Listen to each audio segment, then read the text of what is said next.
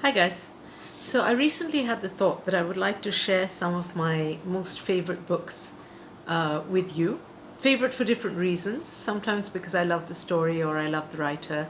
Sometimes because there is a story that goes with that book that makes the book special to me. Today I am going to discuss one that I think is, to my great joy, has turned out to be what was called in 1913 a perennial favorite. And the book is, of course, Little Women. Along with my story about this book, I also have to make a confession, which is a little bit embarrassing, but I hope that, horrifying as this confession is, I hope that you will forgive me for it. So, the copy of the book, which is very precious to me, is this one. I don't know if you can see it. Let's see. I'll try.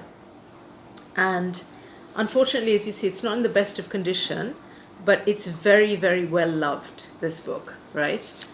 So well loved, in fact, that it is actually, in some parts of it, kind of falling to pieces, right? There are loose pages and yeah, it was a very precious book to me.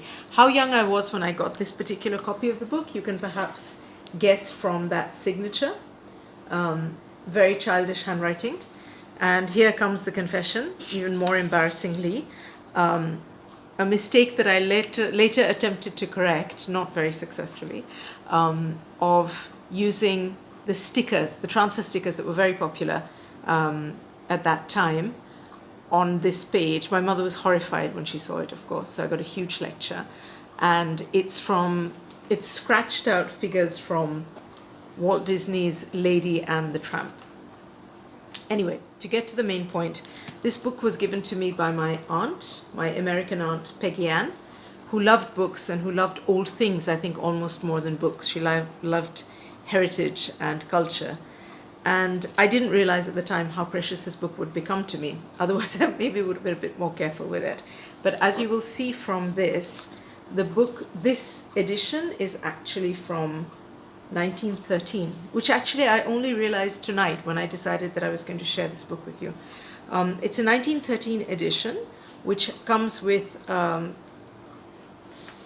are called 8 colored plates reproduced from original watercolor drawings by Harold Copping, whoever he might be. I'm sure if I Google him, we'll find out.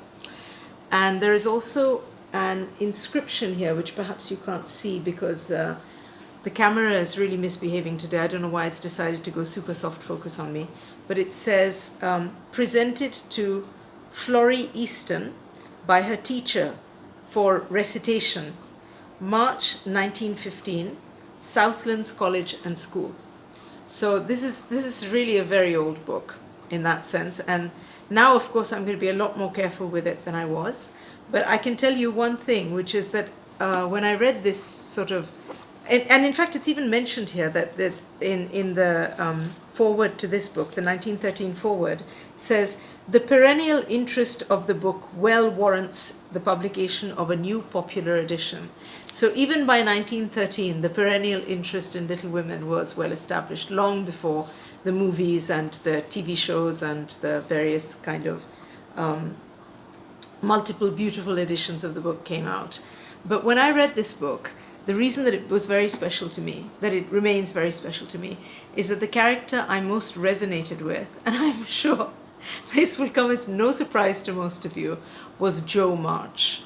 Both, as it turns out, because I became a writer, though I didn't know that at the time, but I did share both Jo's love and interest in books and reading, and also her frustration with the expectations of how she was meant to be. Which as a young woman of the society of that era, in comparison to her sister Meg, who was the conformist, and her sister Amy, who was the pretty little thing. So when I was growing up, I met very many more Amys in Dhaka than even Megs. But I met some Megs, I met a lot of Amys, and there were very few Joes around. I'm sure there were some Beths, but I wasn't really looking for them. So I'll just end this by saying that it was a wonderful validation to me that there were people like me, girls like me out there as well.